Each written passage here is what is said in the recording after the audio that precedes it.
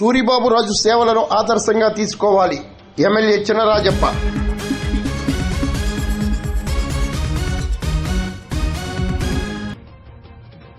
పెద్దాపురం పట్టణ అభివృద్ధికి, ప్రజల సంక్షేమానికి రాజా సూరిబాబురాజు చేసిన సేవలను ప్రతి ఒక్కరూ ఆదర్శంగా తీసుకోవాలని పెద్దాపురం ఎమ్మెల్యే నిమ్మకాయల చినరాజప్ప కోరారు.